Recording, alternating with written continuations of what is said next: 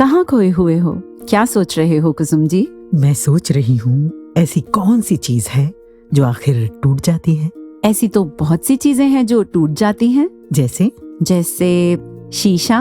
अच्छा दिल। वो गाना है ना, शीशा हो या दिल हो आखिर टूट जाता है। हाँ, ये तो है। इसके अलावा ये चाय की प्याली जो मेरे हाथ में है। ये सही है।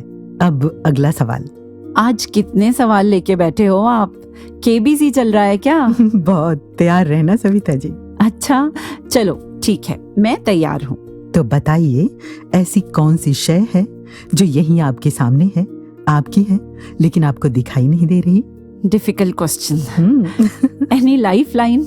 हाँ, जिसे आप चाहो। मेरी लाइफ लाइन तो आप हो। अच्छा, तो अब आप बताओ वो कौन सी चीज है जो टूट जाती है, जो आपके सामने है, आपकी है और आपको दिखाई नहीं दे रही। मेरा सवाल मुझसे ही। यस, और आपका समय शुरू होता है अब।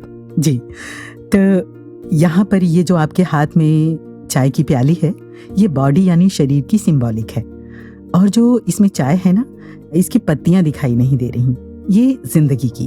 तो मुझे लगता है कि जवाब होना चाहिए एक प्याली जिंदगी। आपको क्या लगता है? एक प्याली जिंदगी? जी, इंटरेस्टिंग। तो आज हम इसी पर चर्चा करें वॉइस डिवाइन के इस एपिसोड में। क्यों नहीं, प्याली भी है, प्याली में चाय भी है और आपका साथ भी। तो हो जाए एक प्याली जिंदगी। हो जाए।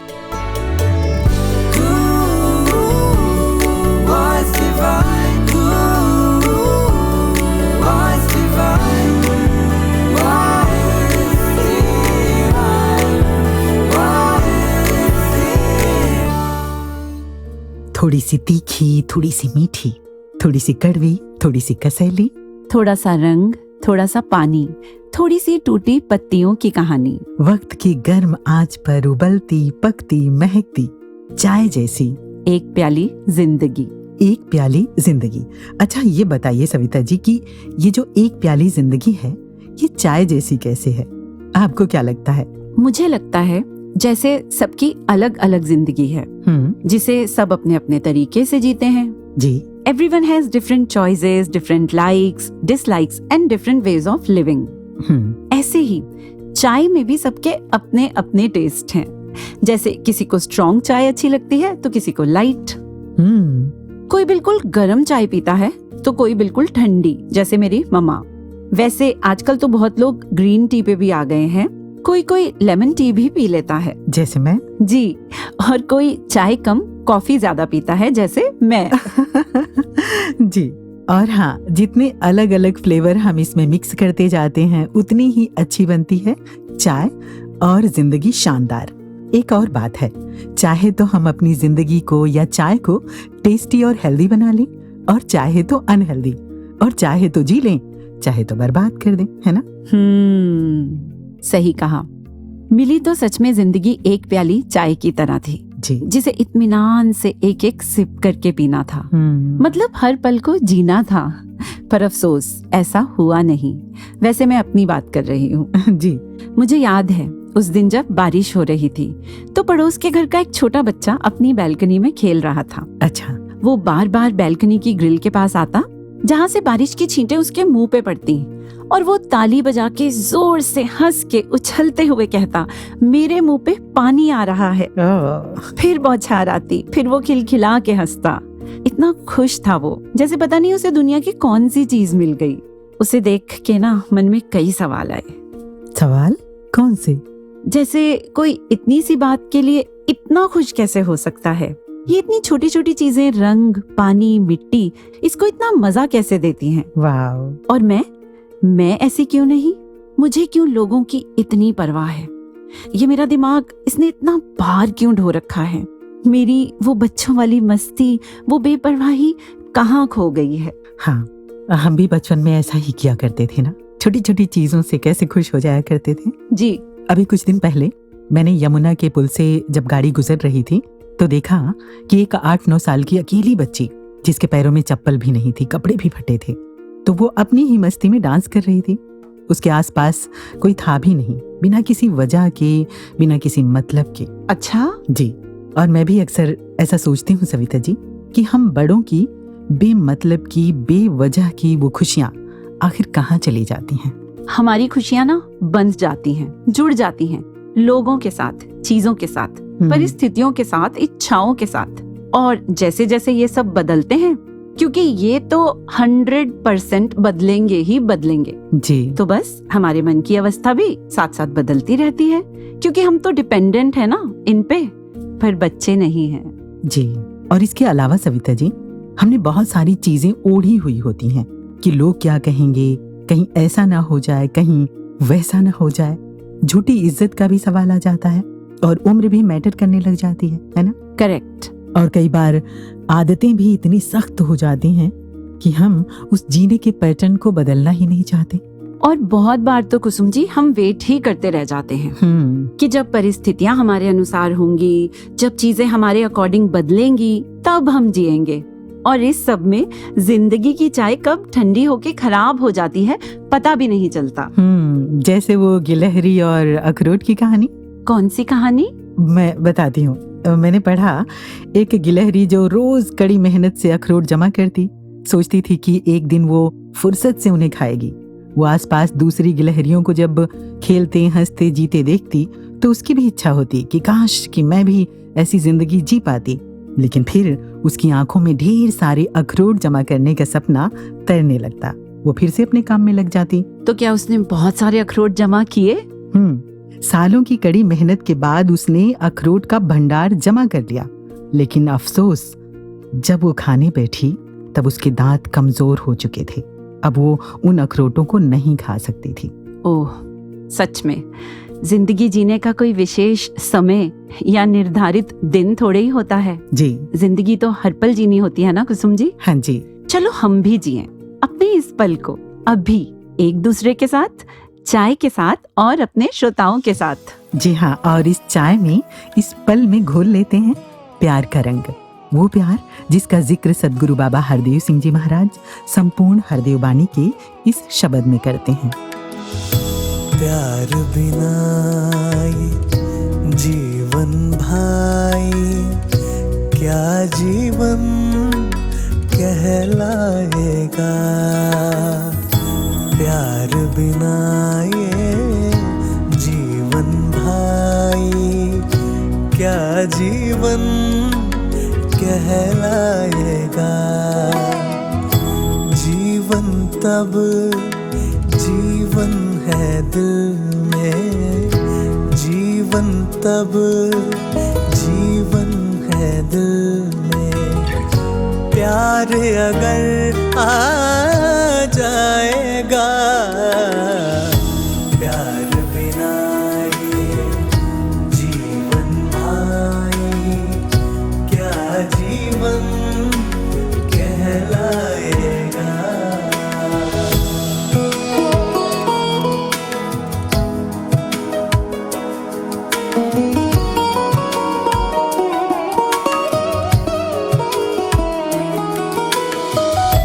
जब जब भी इंसाने जग में प्यार से नाता तोड़ा है, जब जब भी इंसाने जग में प्यार से नाता तोड़ा है, यही समझ लेना इंसाने, यही समझ लेना इंसाने। तब तब जीना छोड़ा है, प्यार बिना ये जीवन भाई क्या जीवन कहलाएगा।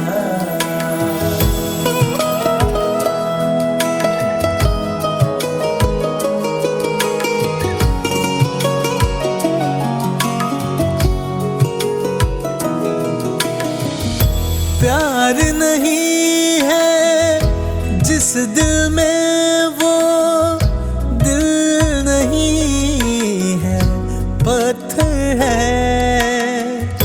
प्यार नहीं है जिस दिल में, वो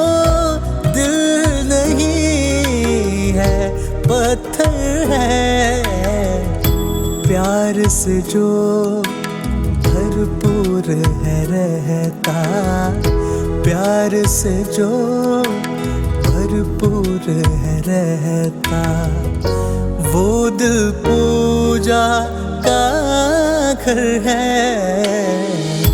प्यार बिना ये जीवन भाई क्या जीवन कहलाएगा।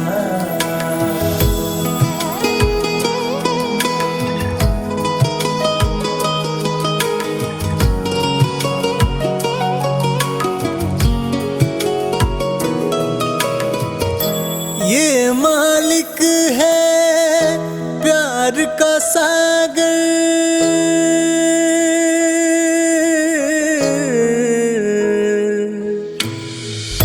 ये मालिक है प्यार का सागर, इससे जो जुड़ जाएगा। ये मालिक है प्यार का सागर, इससे जो जुड़ जाएगा। कहे हर देवना कभी प्यार से, कहे हर देवना कभी प्यार से, वंचित वो रह पाएगा। प्यार बिना ये जीवन भाई क्या जीवन कहलाएगा। प्यार बिना ये जीवन भाई क्या जीवन कहलाएगा। क्या जीवन कहलाएगा। क्या जीवन कहलाएगा। किसी शायर का एक शेर ध्यान आ रहा है, जी। पर डर है कि आपके सामने शेर कहना कहीं गुस्ताखी ना हो। कैसी बात कर रही हैं सविता जी, इरशाद। जो गुजारी ना जा सकी हमसे, हमने वो जिंदगी गुजारी है। वाह। शेर पढ़ते हुए सोचा कि ये जिंदगी कोई सिर्फ गुजारने के लिए तो नहीं दी होगी ना हमें परमात्मा ने, सच। पर क्योंकि हमें लगता है कि बहुत सारी सांसें हैं इसलिए कद्र नहीं रहती। एक किताब में किसी इंसान ने अपनी आप बीती कुछ इस तरह बताई, मैं आपको बताना चाहती हूँ। मैं सुनना चाहती हूँ। Thank you. कहते हैं कि मैंने अपनी जिंदगी का सबसे बड़ा सबक 276 फुट गहरे पानी में सीखा। 276 फुट? जी, 276 फुट पानी। और उन्होंने कहा कि हम 88 लोग एक सबमरीन पनडुब्बी पर सवार थे। जी। युद्ध के दिन थे और दुश्मन देश की वॉरशिप ने अचानक हम पर हमला कर दिया। हमने छुपने के लिए सभी दरवाजों पे ताले लगा लिए। हमें कहा गया अंदर के पंखे, कूलिंग सिस्टम, इलेक्ट्रिसिटी सब बंद कर दो, जिससे अंदर का तापमान 100 डिग्री से भी ज्यादा हो गया। 100 degree? Yes, can you imagine? और वो कहते हैं कि 100 डिग्री में भी मुझे ठंड लग रही थी, मेरे दांत किटकिटा रहे थे क्योंकि सामने मौत दिखाई दे रही थी। लगा अब नहीं बचूंगा। कहते हैं आंखों के सामने पूरी जिंदगी की तस्वीर घूम गई। वो सारी छोटी छोटी बातें याद आ गईं जिनकी मैं हमेशा चिंता करता था। कम तनख्वाह, किराए का घर, मेरे चेहरे के घाव का निशान, कोई अपमानजनक टिप्पणी, वो घरेलू झगड़े। कहते हैं जो बातें मुझे कभी इतनी बड़ी लगती थी, जिन्होंने मुझे कभी चैन से जीने नहीं दिया, उस पल में जब दुश्मनों का जहाज हम पर गोले बरसा रहा था, वो बेहद छोटी, बचकानी और मूर्खतापूर्ण लग रही थी। कहते हैं उसी समय मैंने ये संकल्प किया, अगर कल सूरज और तारों को दोबारा देख पाया तो फिर कभी चिंता नहीं करूंगा, कभी नहीं, कभी नहीं। क्योंकि अब मैं ये समझ चुका था कि हम सबके पास इस धरती पर लिमिटेड ही टाइम है, इसलिए उस लिमिटेड टाइम को कम से कम मैं इन बेकार की शिकायतों और ओवरथिंकिंग में तो बिल्कुल नहीं लगाऊंगा। सच, छोटी छोटी बातों के लिए ये जिंदगी बहुत छोटी है। और कमाल है ना सविता जी, वो ये बताने के लिए जिंदा तो बच गए, है ना? बच गए कि मौत को सामने देखा और जिंदा बच गए, उस फीलिंग को बताने के लिए जो उन्होंने उस वक्त महसूस की। जी। कई बार ऐसा हो नहीं पाता, हम बताने के लिए वापस नहीं आ पाते हैं। एक डॉक्टर का इंटरव्यू देखा जिसमें वो कह रहे थे कि उन्होंने आईसीयू में काम करने के दौरान देखा कि एक बुजुर्ग जो अपनी जिंदगी के अंतिम पड़ाव पर थे रो रहे थे। ओह, तो डॉक्टर ने पूछा क्या हुआ, क्यों रो रहे हैं? तो उन्होंने जवाब दिया, मुझे मेरी पूरी जिंदगी दिखाई दे रही है, मेरे सामने घूम रही है।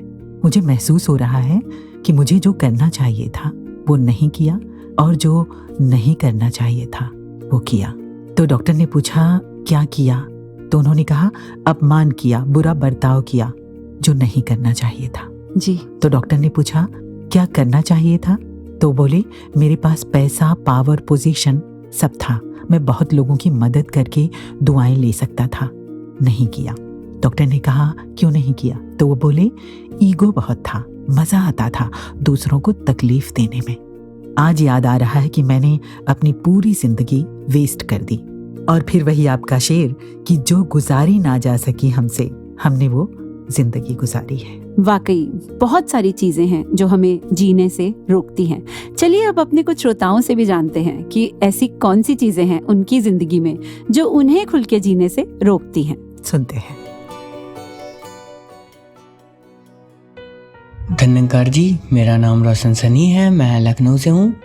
हाँ, ऐसी बहुत सारी चीज़ें हैं जो हमें ज़िंदगी जीने से रोकती हैं।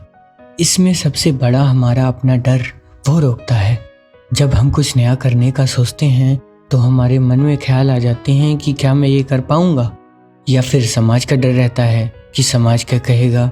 इस वजह से कई सारी चीज़ें हम नहीं कर पाते हैं। जब मुझे लगा कि मुझे भी तबला सीखना चाहिए तो मैंने अपने घर पे सभी को बताया कि मुझे तबला सीखना है। बड़े भाई ने तो सपोर्ट किया, पर मम्मी और दादी ने मना करते हुए कहा कि तुम तबला सीख के क्या करोगे, इससे क्या ही होगा, कुछ करियर पर ध्यान दो। और मेरे दोस्तों ने भी कहा कि क्या कर रहे हो तुम, इस तबले के पीछे ध्यान दो अपने करियर पर मुझे लगता था कि कुछ मेरा छूट रहा है। पर मैंने एक दिन हिम्मत जुटाई और मैंने नीमा में रजिस्ट्रेशन कराया लखनऊ में, और आज तबला भी सीख रहा हूँ। बहुत अच्छा लगता है तबला सीख के। धन्यकार जी। धन्यकार जी, I am Samita from Gurugram. एक ऐसी चीज़ जो दासी अपने लिए फील करती है कि जो मुझे खुल के जीने से रोकती है वो है fear of change. Deep down, I have the desire to grow and do things differently and make choices that truly align with what I want. But the uncertainty that comes with change often holds me back. अपने comfort zone से बाहर जाना थोड़ा risky feel होता है, especially when I consider my family, professional commitments and other responsibilities I carry. और यही reason है कि I took so long to apply for a position within my organization which was having bigger responsibilities, thinking in mind कि थोड़ा बच्चे बड़े हो जाएं, अपनी studies में settle हो जाएं, then I'll go ahead with this one. I chose stability over risk, even when I knew something better might be waiting beyond my self-imposed limits. धन्यकार जी। धन्यकार जी, मैं रोमा पवार हिमाचल प्रदेश से। मेरी उम्र अब तो 57 साल की हो गई है, लेकिन मुझे आज भी याद है जब मेरी शादी हुई थी। उसी टाइम मेरा ग्रेजुएशन का रिजल्ट भी आया और मेरे एक एग्जाम में कम नंबर आए थे। मैंने उस एग्जाम को दोबारा देना चाहा और नए परिवार में अपनी जिम्मेदारियों को निभाते हुए अपने एग्जाम की तैयारी भी शुरू कर दी थी। लेकिन जब भी स्टडी करने बैठती तो कुछ थॉट्स मन में आने लगते कि कहीं जिम्मेदारियों के चलते मम्मी पापा जी को मेरा ऐसा स्टडी करना बुरा ना लग जाए। और मैंने इसी सोच से अपनी स्टडी को प्रायोरिटी लिस्ट से हटाकर कब आखिर में रख दिया पता ही नहीं चला, जबकि मुझे मम्मी पापा जी ने स्टडी करने से कभी नहीं रोका था। फिर कुछ समय बाद एक जॉब इंटरव्यू देने का मौका मिला और जब वहाँ मेरी क्वालिफिकेशन पूछी गई तो मुझे 12th ही बतानी पड़ी, क्योंकि ग्रेजुएशन का वो एग्ज़ाम मैं क्लियर ही नहीं कर पाई थी। कुछ समय बाद निरंकार की कृपा से मेरी गवर्नमेंट जॉब भी लग गई, लेकिन साथ ही मुझे एहसास भी हुआ कि जिस सोच के कारण मैं बीते लम्हों को खुलकर नहीं जी पाई थी, उस सोच को अपनी तरक्की के रास्ते में अब नहीं आने दूंगी। धन्य निरंकार जी। कुसुम जी कहते हैं एक खुशनुमा जिंदगी के लिए 3 चीजें बहुत जरूरी हैं। कौन कौन सी? पहला सकारात्मक दृष्टिकोण, दूसरा शारीरिक और मानसिक स्वास्थ्य और तीसरा मजबूत रिश्ते। जी। तो रिश्तों की बात से ध्यान आया, अभी हाल ही में मैंने एक बहुत इंटरेस्टिंग फिक्शनल वेब सीरीज देखी, तो जिसमें पीढ़ियों से चला आ रहा एक फैमिली कर्स दिखाया गया। कर्स? जी, जिसके अनुसार उस परिवार की कोई भी लड़की जिससे भी शादी कर रही है, अगर वो उसका रियल सोलमेट नहीं है तो शादी वाले दिन ही उस लड़की यानी दुल्हन की मृत्यु हो जाती है। और अगर वो उसका रियल सोलमेट है तो रिश्ता आगे बढ़ता है। कमाल है। अब ये कैसे पता चले कि कौन सोलमेट है? वैसे फिर क्या हुआ? फिर ये हुआ कि उस फैमिली में जो भी नेक्स्ट जनरेशन आती, वो अपने फियांसे या लवर को टेस्ट ही करते रहते कि कहीं वो चीट तो नहीं कर रहा, कुछ छुपा तो नहीं रहा, झूठ तो नहीं बोल रहा। और हर बात पे उनको जज करते रहने की वजह से उनमें इतनी लड़ाइयाँ होती कि रिश्ता तो शादी से पहले ही टूट जाता। वो तो होगा ही। मुझे लगा असली कर्ज रियल सोलमेट का ना मिलना नहीं है, बल्कि असली कर्ज तो रिश्तों में जबरदस्ती के डाउट्स लाके, खूबियां इग्नोर करके कमियों को ही बार बार पॉइंट आउट करते रहना है, फिर वो चाहे सीरीज हो या रियल लाइफ। सच। एक इतना प्यारा कोट है, I saw that you were perfect so I loved you, then I saw that you were not perfect and I loved you even more. वाह। वैसे परफेक्ट ना तो इंसान होते हैं और ना ही रिश्ते। ये हम पर डिपेंड करता है कि हम किस तरह से निभाने की कोशिश कर रहे हैं, है ना? बिल्कुल। बात जब रिश्तों को निभाने की चल रही है तो मुझे लगता है पति पत्नी का रिश्ता एक ऐसा रिश्ता है जिसमें एक दूसरे के साथ जीवन का सबसे ज्यादा समय बिताना होता है।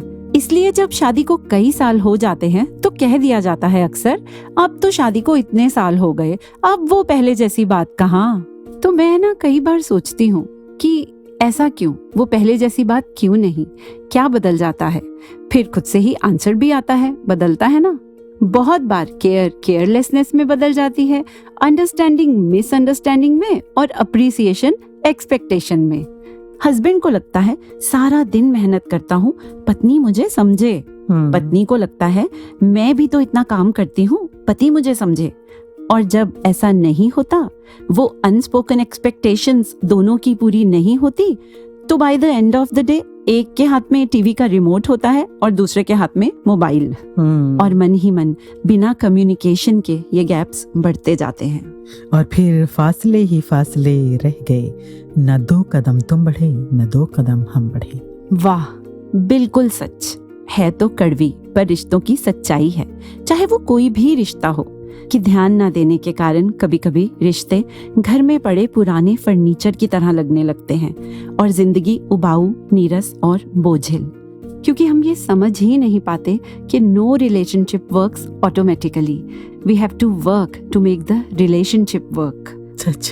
तो घर में बुजुर्ग, माता पिता, सास ससुर, पति पत्नी और जो भी आपके अपने हैं वो ब्लेसिंग्स हैं। तो थोड़ा सा स्क्रीन टाइम कम करके उनकी प्रेजेंस को वैल्यू करें, उनके लिए टाइम निकालें और उन्हें भी ये महसूस कराएं कि वो हमारे लिए कितने प्रेशियस हैं। उन्हें कहें I am happy you are with me, आपके साथ के लिए शुक्रिया। तो अगर हमारे इन छोटे छोटे एफर्ट्स से रिश्ते संवरते हैं, जिंदगी में नयापन आता है, तो मुझे लगता है हमें ये एफर्ट्स जरूर करने चाहिए। हाँ बिल्कुल, एफर्ट्स करते रहना चाहिए रिश्ते निभाने का, जिंदगी संवारने का। लेकिन हाँ, अगर कोई रिश्ता नहीं भी चल पा रहा है तो तुम अपने रास्ते, मैं अपने रास्ते, है ना?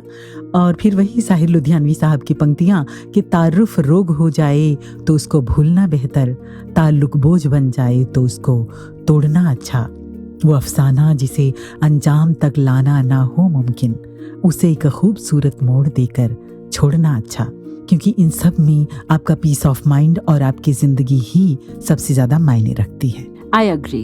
और जहाँ तक रिश्ते को ठीक करने की बात है सविता जी, तो बच्चों के कार्टून में मैंने देखा कि जो बच्चे की मम्मी हैं वो सबसे परेशान होकर घर छोड़कर जा रही हैं। वो कहती हैं कि मुझे सबने परेशान कर रखा है, मैं बहुत दुखी हो गई हूँ। तो बच्चे के पास एक गैजेट होता है, वो गैजेट उनको याद दिलाता है कि यही लोग हैं जिनसे वो परेशान हैं और नेगेटिविटी से भर गई हैं, और यही वो लोग हैं जो उनसे बहुत प्यार करते हैं। और वो गैजेट उन्हें वो प्यार वाली बातें याद दिलाता है। फिर उन्हें अपनी गलती का एहसास होता है। सविता जी, यहाँ पर मुझे ख्याल आया कि काश हमारे पास भी ऐसा कोई गैजेट हो जो हमें समय समय पर याद दिलाए कि जिनसे हम इरिटेट हो रहे हैं ना, यही हैं जो हमें प्यार भी करते हैं। है ना ऐसा गैजेट कुसुम जी? कौन सा? सदगुरु का प्यार, सदगुरु के वचन। तो आइए सदगुरु के प्यार से भरा ये गीत सुन लेते हैं। रख चरना दे कोल वे ओ मेरे दिलां दे आ मेहरमा, मिठड़े लगन तेरे बोल वे ओ मेरे दिलां दे आ मेहरमा, दिलां दे आ मेहरमा। रब जाने मैनू होया की वे, तेरे बिना मेरा लगदा ना जीवे, की मैं करा कुछ बोल वे ओ मेरे दिलां दे आ मेहरमा, रख चरना दे कोल वे ओ मेरे दिलां दे आ मेहरमा, दिलां दे आ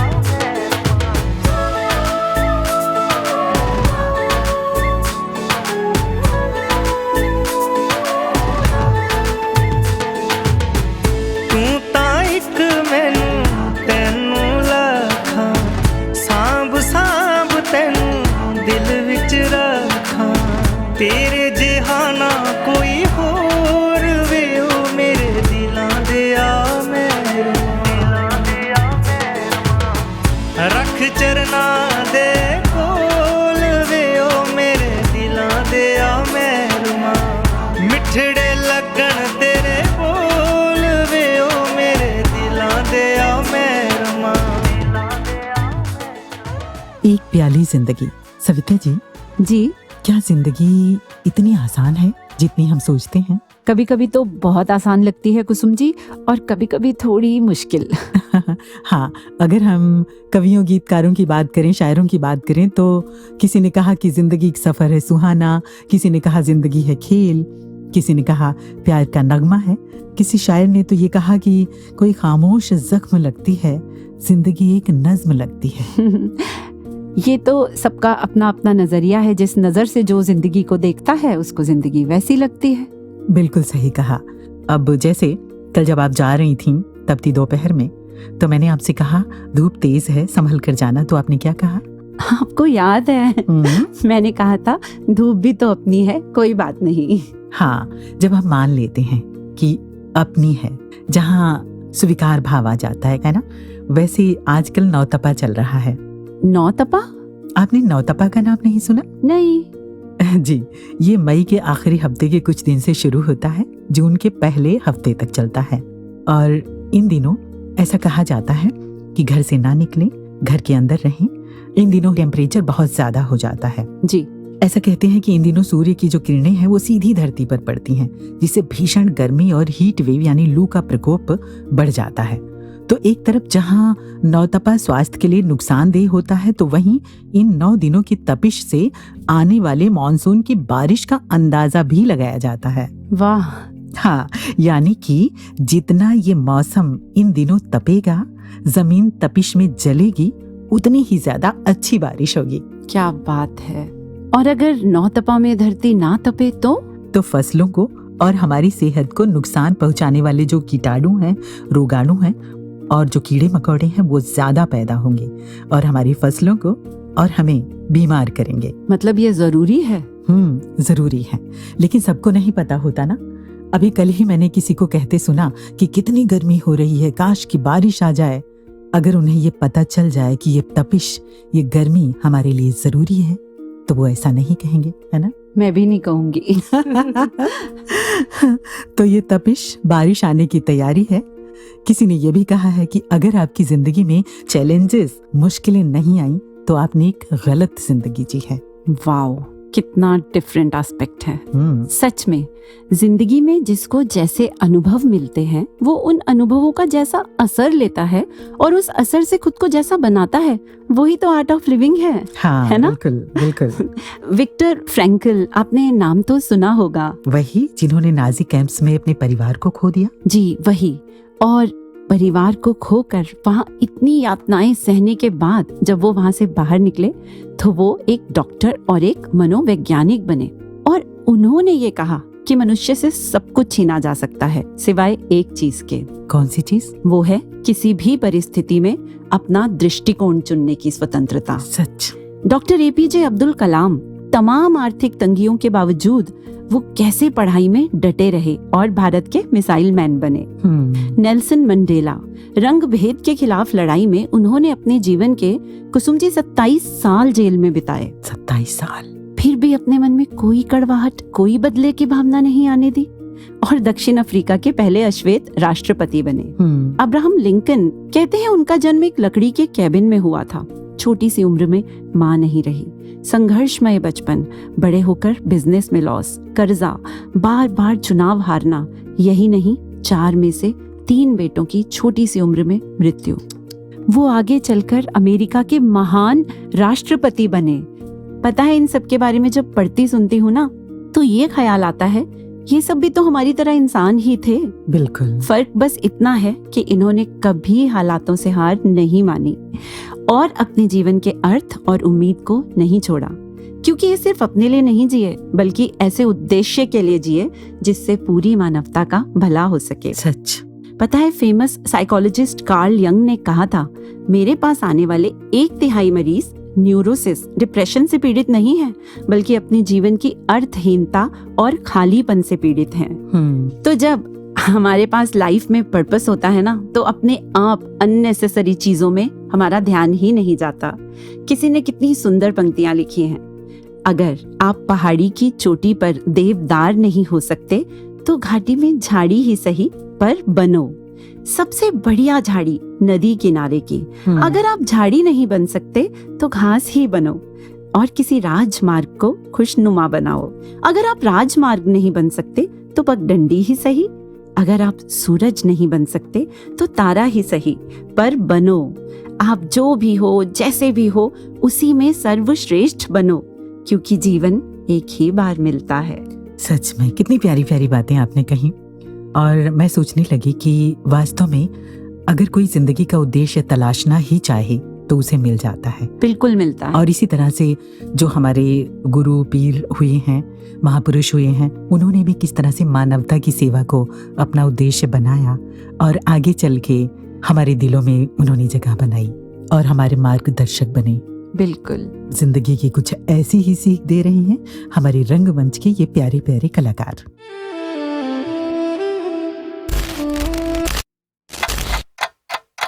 ये आवाज, वो आता ही होगा। मैं यहाँ बैठ जाता हूँ। फाइनली मैं यहाँ तक पहुँच गया। वो मेरे पीछे आता ही होगा। तुम्हारे पीछे तो कोई नहीं है। है समय, मुझे उससे आगे निकलना है। समय से आगे? कौन है? कौन है वहाँ? मैं हूँ। मेरे साथ एक कप चाय शेयर करोगे? जाना होगा। चाय बाद में। अच्छा ठीक है। ग्रेजुएशन पहले ग्रेजुएशन पूरी कर लूं। यस, ये मेडल भी मेरा हुआ। I am the educated one now.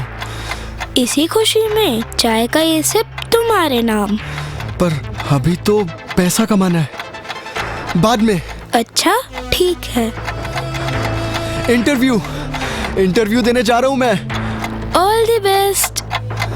Selection हो गया मेरा, जॉब मिल गई मुझे। ये मेडल भी अब मेरा हुआ। इस बात पर तो चाय बाद में। अच्छा ठीक है। हर महीने की तनख्वाह मेरे हाथ में। मेरे हाथ में तो चेस का बोर्ड है या क्रिकेट बैट। मुझे तो दोनों ही पसंद है।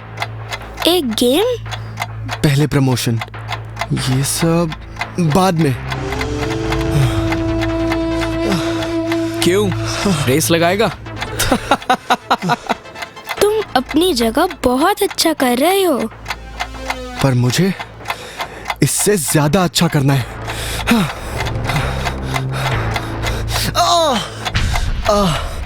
नहीं नहीं, मैं फेल नहीं हो सकता, मैं गिर नहीं सकता। इट्स ओके, कभी कभी एग्जाम में मार्क्स कम आ जाते हैं, तुम हमेशा ही स्टार्ट कर सकते हो। थक सा रहा हूँ, क्या एक घूंट। पूरी चाय तुम्हारी ही है, तुम ब्रेक ले सकते हो। टाइम से शादी भी तो करनी है। नहीं, बाद में। अच्छा ठीक है। तुम्हें जानकर खुशी होगी, मेरी बेटी हुई है। फिर तो बहुत अच्छा है ना, पूरी फैमिली के साथ ही। आओ एक कप चाय। Nice plan. हाँ रुको, थोड़ा इकट्ठा कर लूं पहले, बेटी की पढ़ाई भी तो है। अब क्या बचा है? बेटी की विदाई। मैं आ गया। एक रिश्ता सा जुड़ गया है तुमसे। पता नहीं कौन हो तुम, पर आज मैं आ गया। वैसे तो बहुत बोलते हो, आज नहीं बोलोगे कुछ? बोलो क्या हुआ? बोलते क्यों नहीं? आज मैं भी तो देखूं। हो कौन तुम?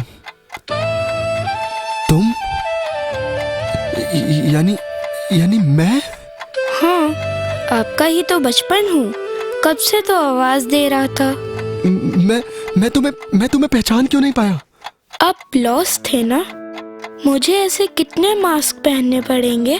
मैं अभी से तैयारी कर लूंगा। ऐसे मत बोलो यार। मैं अपनी सारी हॉबीज किल कर दूंगा, मुझे नहीं चाहिए ये बैट। नहीं, कुछ किल मत करना। बताओ ना, कैसा है मेरा फ्यूचर? क्या बताऊं, बस भाग ही रहा हूं कब से।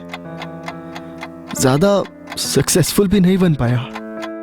तो क्या मैं बड़े होकर वो कोकोनट वाली चॉकलेट नहीं खरीद पाऊंगा? वो तो मैं हजारों खरीद सकता हूँ। फिर तो हम सक्सेसफुल हुए ना। हाँ दोस्त, कितनी पसंद थी मुझे, याद भी नहीं आखिरी बार कब खाई थी। यहाँ बचपन में सब ठीक है, मैं बिना ज्यादा सोचे नई चीजें ट्राई करता रहता हूँ। आप इतना कहाँ फंस गए? मैं वो चाय अब मिलेगी? हाँ ना।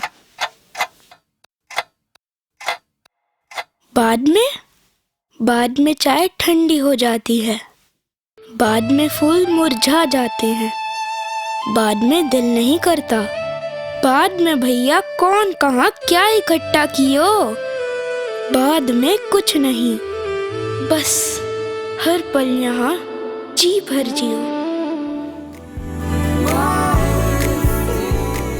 लम्हा लम्हा हर पल को जियो, गम को जियो, खुशी को जियो, जी भर जिंदगी को जियो, क्योंकि पल पल खत्म हो रही है जिंदगी की कहानी।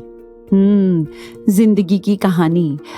वैसे याद है कुसुम जी, आपने एक बार मुझे एक बहुत प्यारी कहानी सुनाई थी। कौन सी वाली? वैसे तो मैं आपसे बहुत सी कहानियां सुनती रहती हूँ, पर आज उसकी याद आ गई जी, कि एक सज्जन ने एक डूबते हुए बच्चे की जान बचाई, और बच्चे ने जब उसके बदले में थैंक्स कहना चाहा तो उस सज्जन ने पूछा, थैंक्स किस लिए? जी, बच्चे ने कहा, मेरा जीवन बचाने के लिए।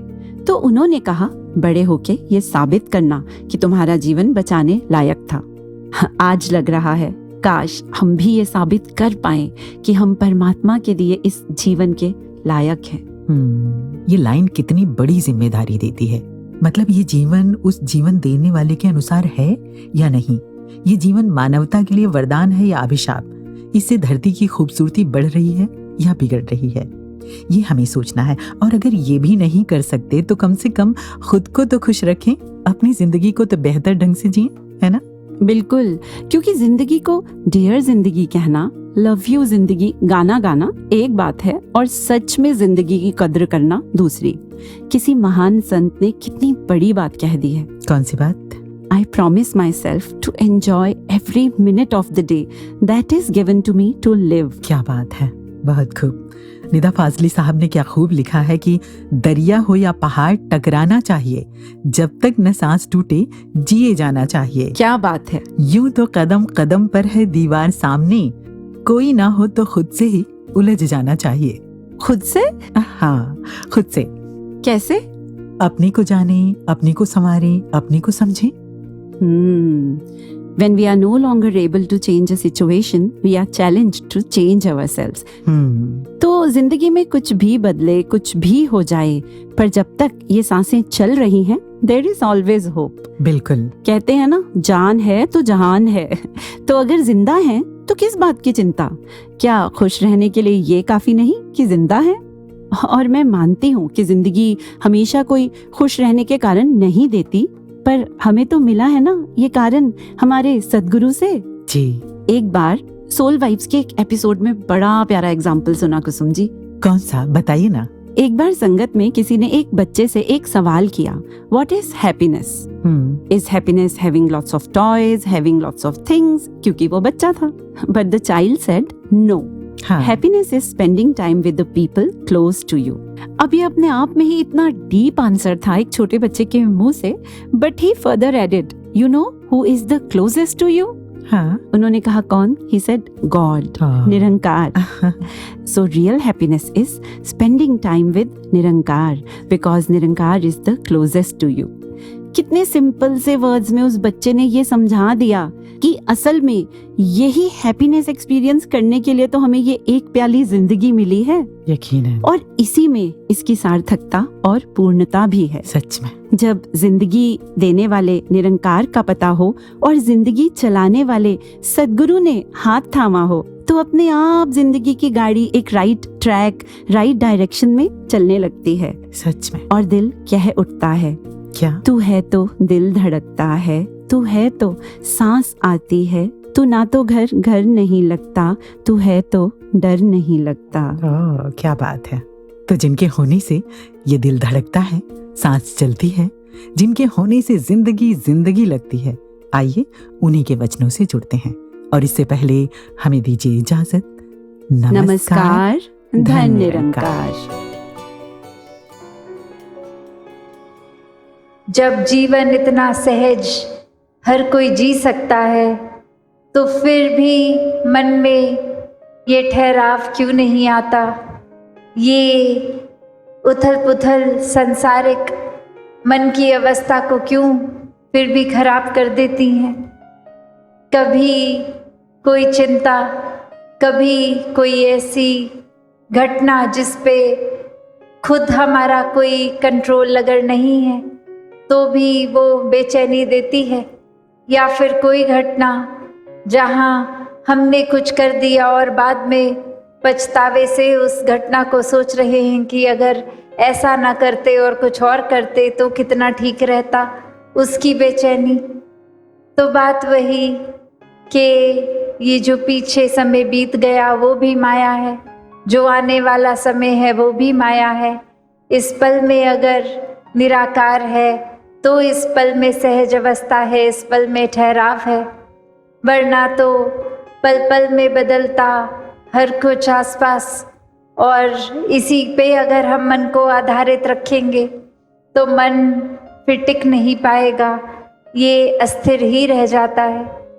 तो भाव यही कि अक्सर ये खुद जहाँ कर्ता भाव भी आ जाता है तो भी मन अस्थिर ही होता है, क्योंकि मैंने ऐसा करना था, ऐसा नहीं किया, मैंने ये आगे फ्यूचर में इस तरह से करना है, पर परिस्थिति अभी साथ नहीं दे रही, तो बेचैनी। तो बात वही कि जहाँ ये मैंने वाला भाव, ये मैं का भाव है, तो एक मन ऐसा ही रहेगा। पर यहीं इसी मन में जब मैं की बजाय ये साक्षात निराकार ये तू है, तो फिर तूने करना है सब अच्छा है, तू कर रहा सब अच्छा, जो किया सब अच्छा।